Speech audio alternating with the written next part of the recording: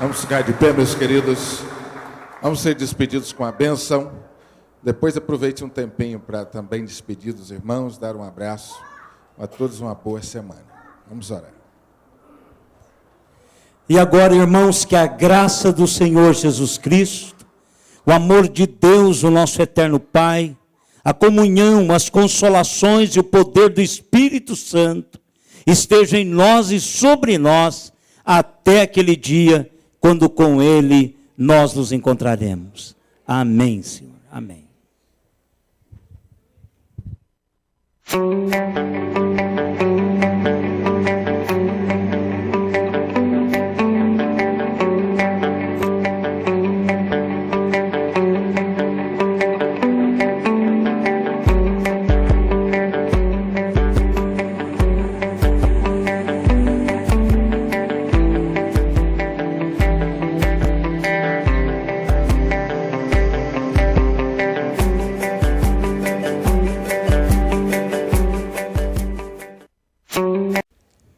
Boa noite, irmãos. O prazer é todo nosso poder voltar a esta igreja que nos abençoou de uma maneira muito especial com seu ministério, ganhando a Simone para Jesus. E ela está comigo já há 30 anos de casados. Ministério do Reverendo João também foi o que fez meu casamento. E é um privilégio, irmãos, voltarmos à nossa origem. E a igreja, a segunda igreja de Berlândia, tem dado-nos muita alegria. Eu tenho certeza que é o coração de Deus também. Uma igreja que tem sido fiel à palavra e tem plantado essa palavra de uma maneira muito especial nessa cidade. Eu conheço a história da igreja já desde o seu início, porque se a igreja tem quantos? 50 aí? 54. Eu tenho 57, sou mais velho 3 anos. Mas o pastor dessa igreja foi aluno da minha mãe, o pastor João, na escola dominical, né, reverendo? Então, essa igreja tem muito a ver com a minha família, não é? Alguma coisa minha mãe ensinou para o pastor João enquanto era criança, não é? Então, não só pelo meu casamento aqui, pela minha esposa, mas eu tenho essa igreja com muito carinho no coração. Mas, irmãos, hoje nós estamos falando sobre os agentes e a agência alternativa de Deus no mundo, que somos nós enquanto agentes e a igreja do Senhor Jesus Cristo como agência. Hoje de manhã nós falamos sobre os agentes. Como é que Deus poderosamente usa as pessoas de uma maneira individual. Falamos de Pedro e João, enquanto representantes de Deus no mundo, eles representaram muito bem. Mas hoje à noite eu gostaria de usar o mesmo texto, e é a primeira vez que eu faço isso, dando 2 enfoques diferentes no mesmo texto. Mas eu gostaria de usar o mesmo texto pensando na igreja. Hoje de manhã nós pensamos no indivíduo, na pessoa. Falamos sobre Moody, falamos sobre algumas experiências espetaculares desse irmão. Mas eu esqueci de dizer uma que é importante, que eu queria, antes de lermos o texto, falar sobre ela. Moody era tão consciente da ação de Deus na vida dele, que Moody não cansou de dizer que ele era uma vasilha vazia e furada debaixo da fonte. Não esqueçam disto. Como igreja e como indivíduo, crente, agente do reino, Nós somos vasilhas furadas debaixo da fonte. Se nós sairmos debaixo da fonte, nós continuaremos vazios. Só permaneceremos cheios enquanto estamos debaixo da fonte. E não importa que cor é a sua vasilha, o tamanho que você seja, o servo de Deus, enquanto está debaixo da fonte, está cheio.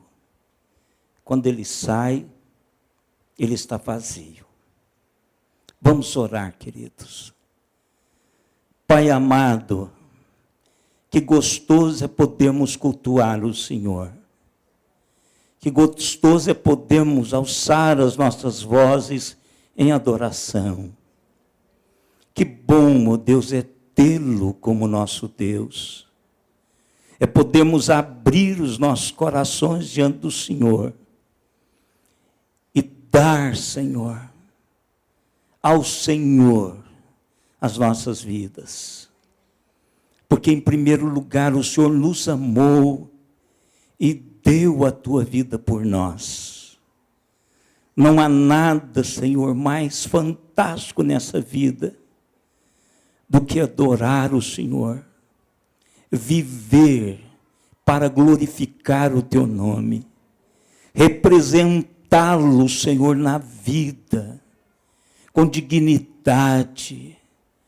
Por isso, ó Deus, nós te louvamos de todo o coração, pela vida desta igreja, pelos homens que o Senhor colocou aqui para trazê-la até aqui, pelos homens que o Senhor tem colocado hoje, que vai levá-la um pouco mais adiante, por aqueles que estão sendo levantados, ó Deus, para continuar o ministério. Nós te louvamos, ó Deus, porque o Senhor, tão bondosamente, tem abençoado essa célula do teu corpo. E tão abençoadora essa célula tem sido nessa cidade de Uberlândia. Obrigado, Deus, porque parte do trabalho desta igreja tem abençoado o meu ministério, porque foi através do ministério desta igreja que a minha esposa foi alcançada pelo Senhor. E hoje, ó Deus, ela serve o Senhor juntamente comigo. Obrigado, Deus, pela bênção de que muitos usufruem do ministério dessa igreja. E agora, ó Deus, nós queremos ouvir a tua palavra. Que teu Espírito Santo ministre aos nossos corações. Essa palavra, Senhor, só poderá ser historificada através de nós, se teu Espírito assim impregnar a nossa vida com ela. A nossa oração é que seja assim, para a honra e glória do teu nome e para o nosso próprio bem. Em nome de Jesus. Amém, Senhor. Amém. Irmãos, vamos colocar em pé para lermos de novo Atos capítulo 3. Claro que os irmãos que vieram de manhã vão ter mais facilidade de compreender o andamento da nossa conversa, porque já foi dado a eles uma colher de chá de manhã, não é? Já aquele prato de entrada foi dado de manhã, então a mente de vocês já estão ligados a esse texto. Eu vou fazer de novo a leitura alternada. Eu vou ler o primeiro versículo, os irmãos o segundo, e assim sucessivamente. Como é que a gente faz com o pessoal da internet lá? Seria alguém fazer o segundo, você faz? Junto com a igreja?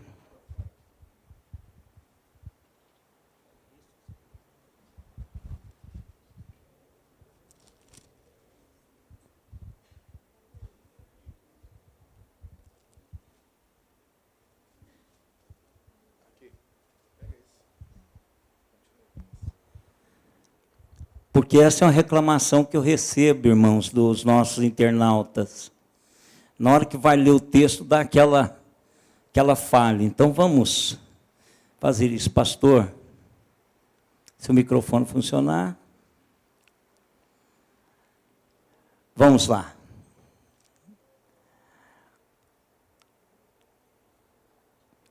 Atos capítulo 3, do verso 1 ao verso 10. Lucas ministrando essa palavra fantástica aos nossos corações, assim como fez na sua época. Pronto aí? Pedro e João subiam ao templo para a oração da hora nona. Era levado um homem como de nascença, o qual punham diariamente porta do templo chamada Formosa, para pedir esmola aos que entravam. Vendo ele a Pedro e a João, que iam entrando no templo, implorava que lhe dessem uma esmola. Pedro, fitando-o juntamente com João, disse: olha para nós. Ele os olhava atentamente, esperando receber alguma coisa. Ele lhe disse: não possuo prata nem ouro, mas o que tenho te dou. Em nome de Jesus Cristo, o Nazareno, anda. E tomando-o pela mão, o levantou. Imediatamente os seus pés e tornozelos se firmaram. De um salto se pôs em pé, passou a andar e entrou com eles no templo, saltando e louvando a Deus. Viu todo o povo a andar e a louvar a Deus. E reconheceram ser ele o mesmo que esmolava, assentado à porta formosa do templo, e se encheram de admiração e assombro por isso que lhe acontecera. Que Deus nos abençoe através da sua palavra já abençoada. Pode sentar, queridos. Lucas descreve a igreja primitiva dizendo, no verso 43 do capítulo 2, em cada alma havia temor, e muitos prodígios e sinais eram feitos por intermédio dos apóstolos. Capítulo 2, ele não diz nada desses sinais e prodígios. Nós não vimos nenhum sinal, nenhum prodígio no capítulo 2. Mas Lucas, no capítulo 3, eu penso que ele escolheu um daqueles prodígios e sinais para nos dizer como é que Deus estava agindo através da sua igreja. Como é que a igreja se movia em meio às pessoas. E este texto que nós acabamos de ler é exatamente o milagre que Lucas escolheu para ensinar-nos quais são esses sinais e estes prodígios ministrados em nome do Senhor Jesus Cristo. Mas esse sinal e esse prodígio, esse milagre, ele também fez algo tremendo, porque a mensagem que vem logo depois desse milagre, e este milagre, eles foram o sermão, a mensagem, e este milagre foram o estupim para instaurar uma perseguição sobre a igreja. Então, esse milagre, ele não só diz a respeito de pessoas que foram tocadas por Deus, movidas por Deus, para caminhar entre as pessoas e ministrar-lhes a realidade do Senhor, mas essa mensagem, ela diz para a igreja, para mim e para você, o que é que a igreja faz enquanto essa igreja é movida pelo Espírito Santo de Deus, representando Deus no seu tempo. Hoje de manhã nós conversamos de uma maneira mais informal e falamos muito sobre este ato de Pedro e João. Pegamos Moody, mostramos essas realidades da vida do indivíduo, abençoando o seu tempo. Agora aqui é a igreja. O poder do Espírito Santo foi dado à igreja para alcançar os não alcançados. E esta igreja de Atos entendeu isto. O poder do Espírito Santo foi dado à igreja, para a igreja caminhar em direção às pessoas e tocar as suas necessidades. E uma igreja motivada, energizada pelo poder do Espírito Santo, vai fazer o mesmo. E vai compartilhar a verdade libertadora do Evangelho. E por isso, irmãos, que eu queria conversar com vocês um pouco sobre este texto, mais uma vez. Um texto que parece-nos, à primeira vista, sem muita importância. Mas como nós vimos hoje de manhã, se está na palavra, ele tem uma importância singular. E se é esse momento da igreja, de aniversário da igreja e do início da igreja primitiva, esse momento se reveste de um significado muito maior. E o que eu quero compartilhar com os irmãos, que uma igreja, espírito motivado, é uma igreja, uma comunidade que gera expectativa enquanto ela se move na história. Eu vi aqui o pastor falando algumas coisas do ministério da igreja. As pessoas que têm contato com a igreja, elas precisam serem inspiradas a terem expectativas de Deus nas suas vidas. E a igreja primitiva, esse momento aqui, foi um momento muito especial. Pedro e João, irmãos, os irmãos que vieram de manhã, nós conversamos sobre isto. João foi aquele que ficou até o último momento com Jesus na cruz.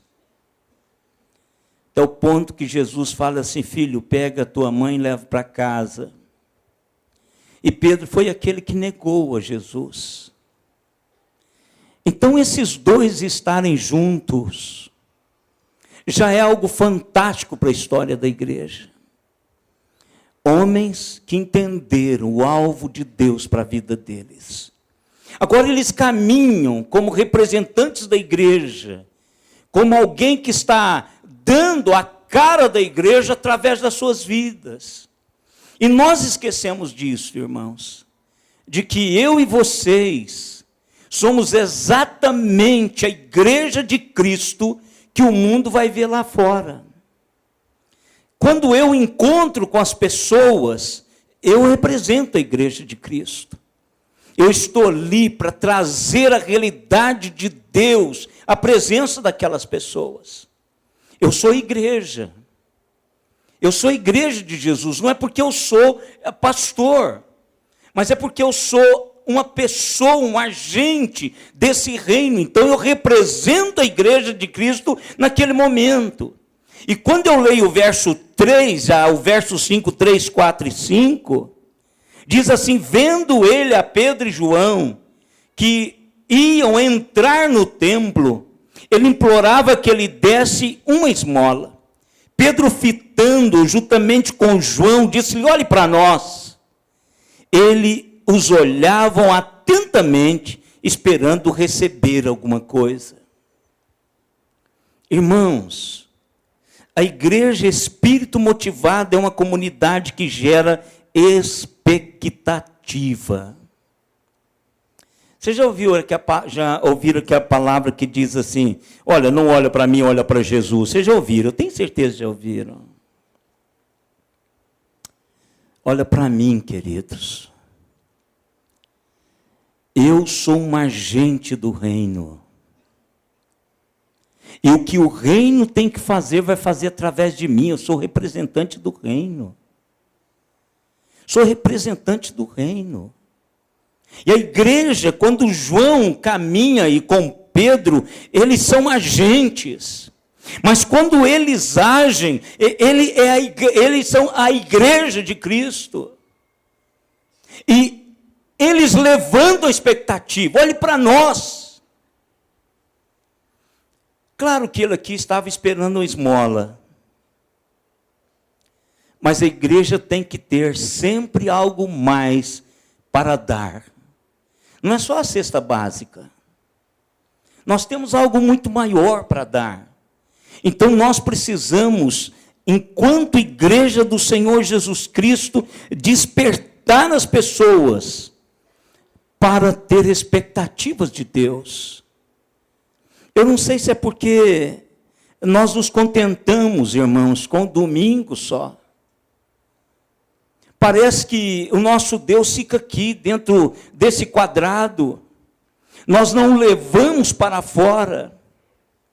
E quando nós fazemos isso enquanto igreja, nós despertamos nas pessoas expectativas. Nós levamos as pessoas a construir uma esperança na vida. Olhe para nós. Você é capaz de dizer isso no seu dia a dia? Caminhe comigo, você vai ver como é que caminha um crente. Você faz isso na faculdade, na hora da prova, você faz isso no trabalho.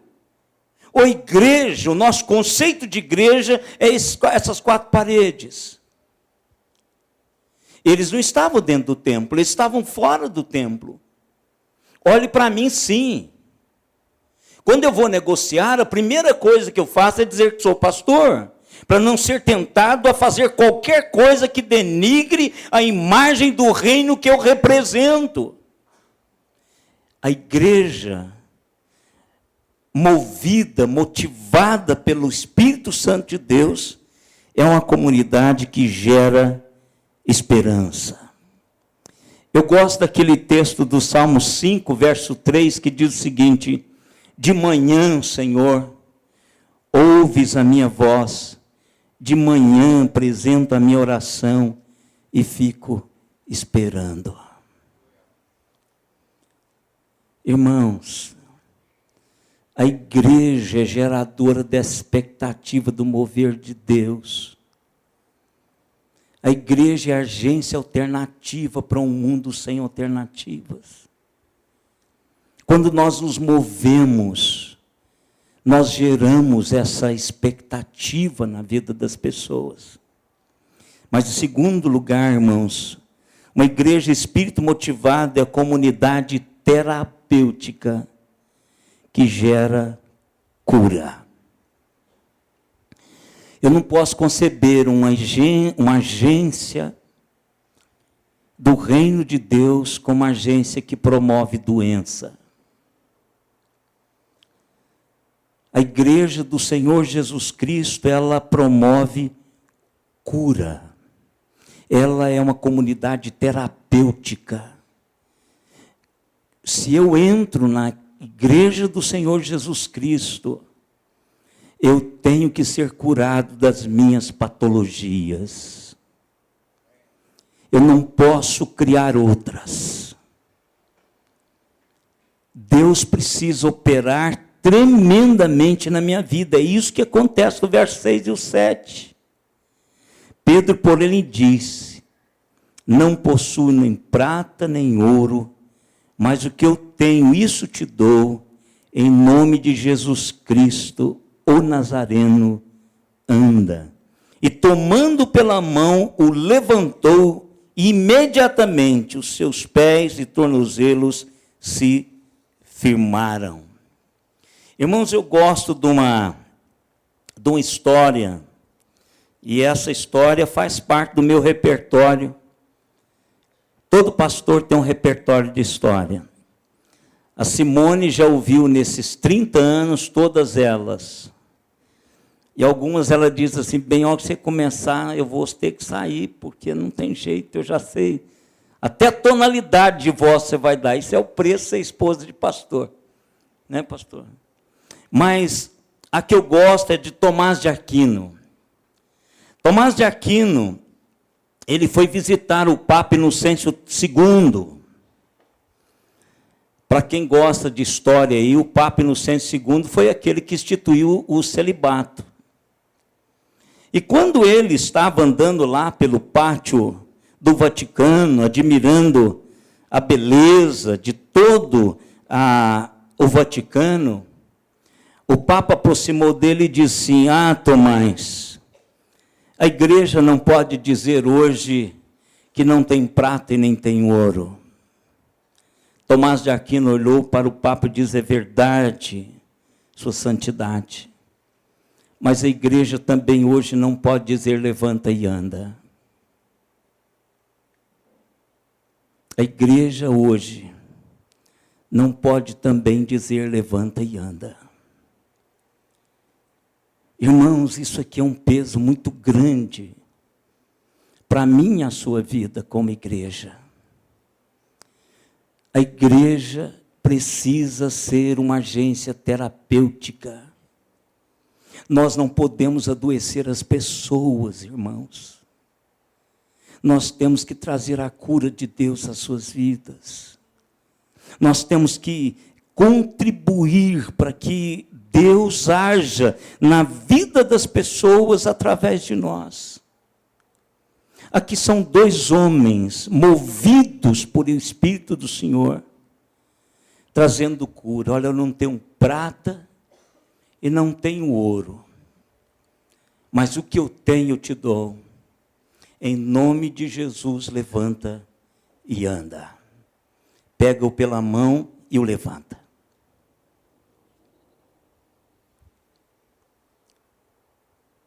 Pensa nisso, meu querido.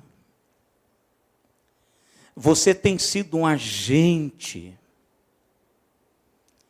terapêutico de cura na vida das pessoas. A minha igreja não pode adoecer ninguém. A minha igreja, ela tem que ser terapêutica.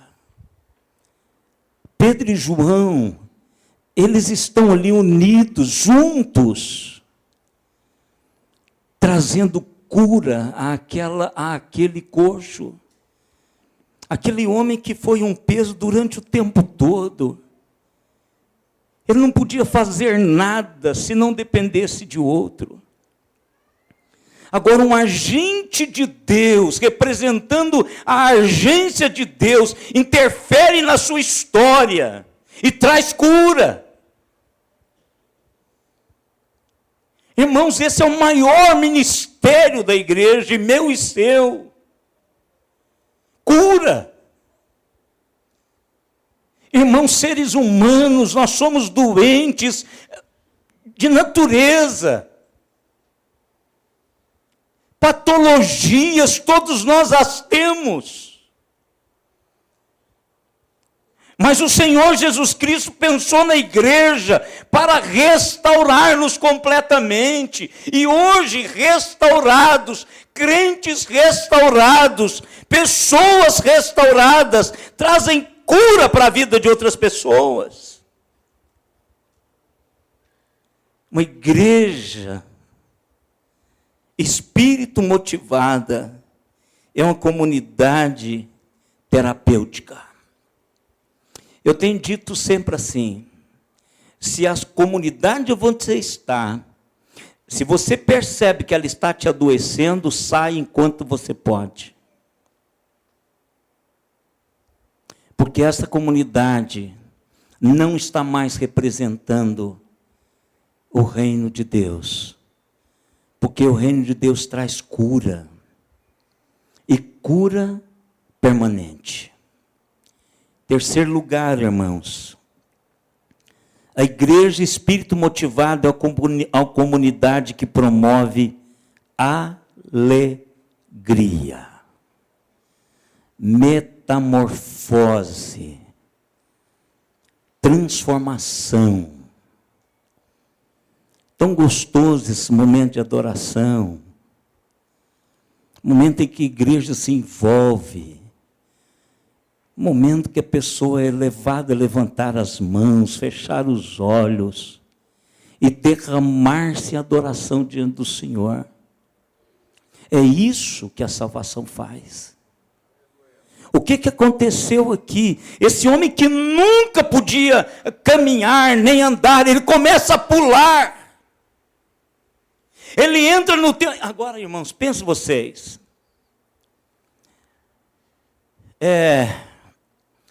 Algumas atitudes nossas de adoração pode escandalizar algumas pessoas. Agora você imagina ele entrando no templo, saltando e gritando de alegria. Escandalizou muito aqueles barbuchinhos que estavam ali com aquele negócio na cabeça. Tenho certeza absoluta.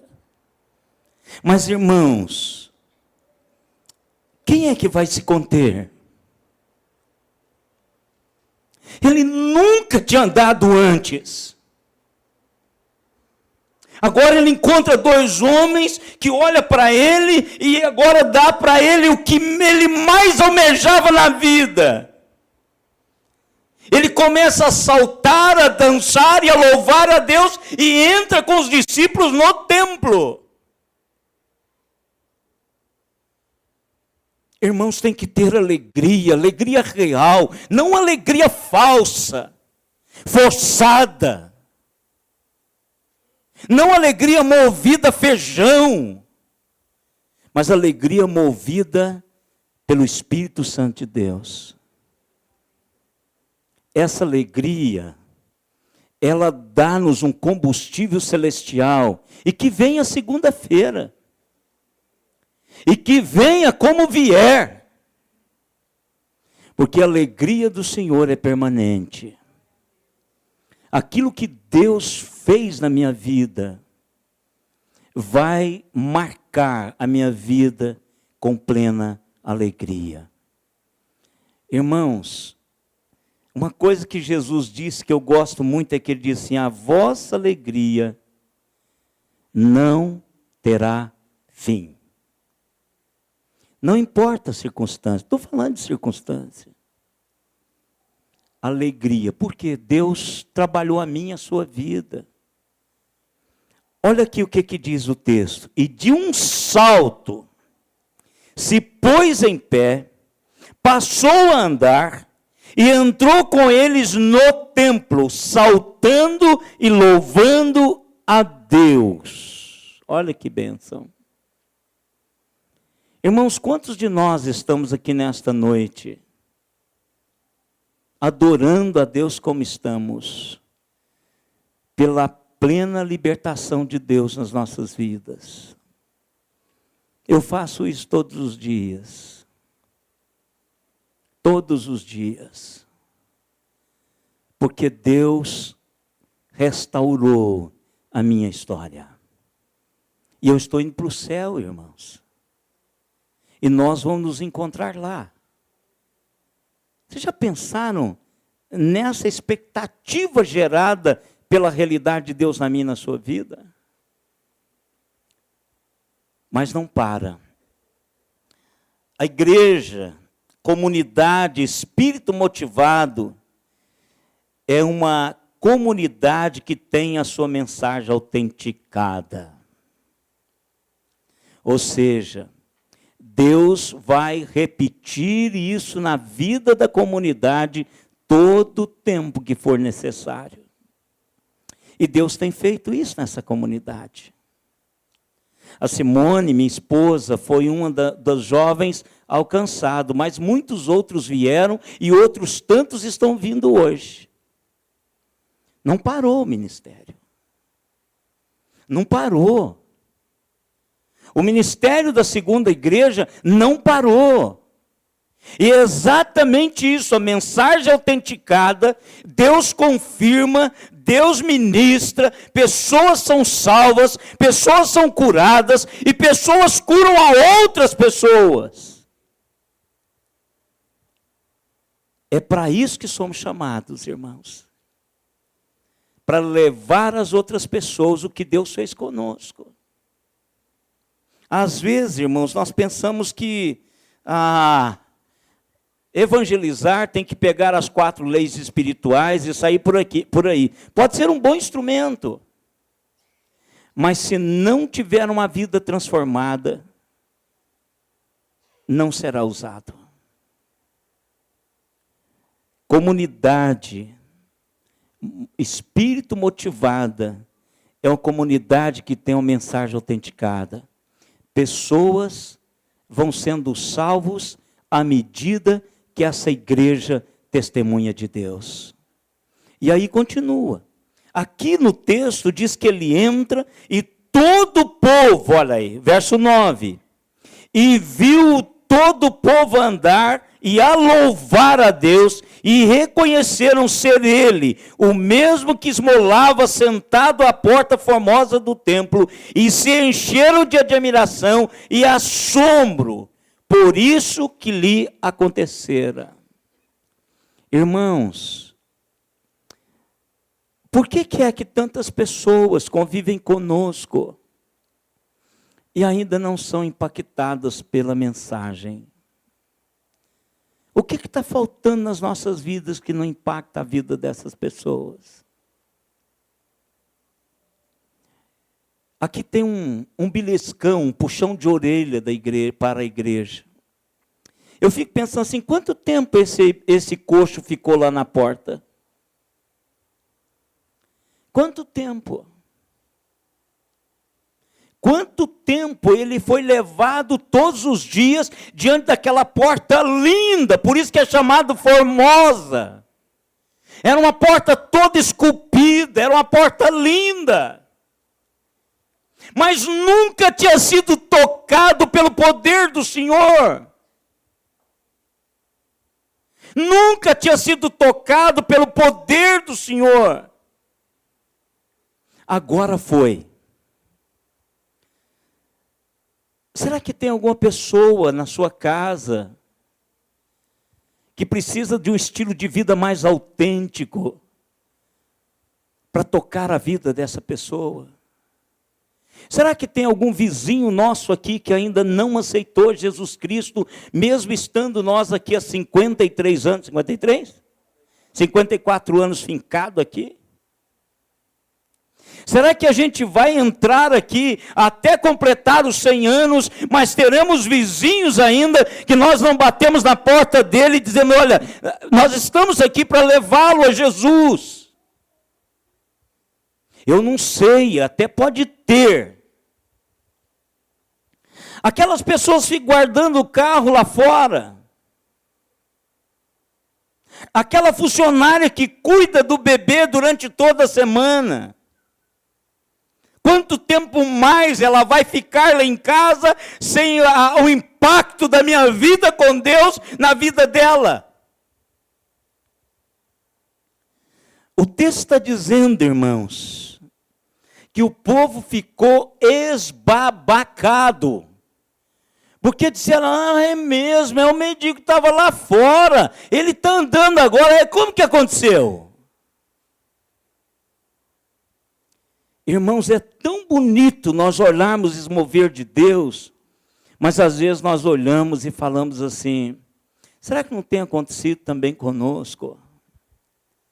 Será que nós não temos impactado? Eu sei que vai criar um grande problema abençoador para essa igreja, se começarmos a pensar naqueles que ainda não foram impactados com as nossas vidas. Porque aqui o pastor e os presbíteros vão ter uma dificuldade, já está lotado. Mas que bendita dificuldade é essa? Ter 2 cultos? Qual o problema em ter 2 cultos?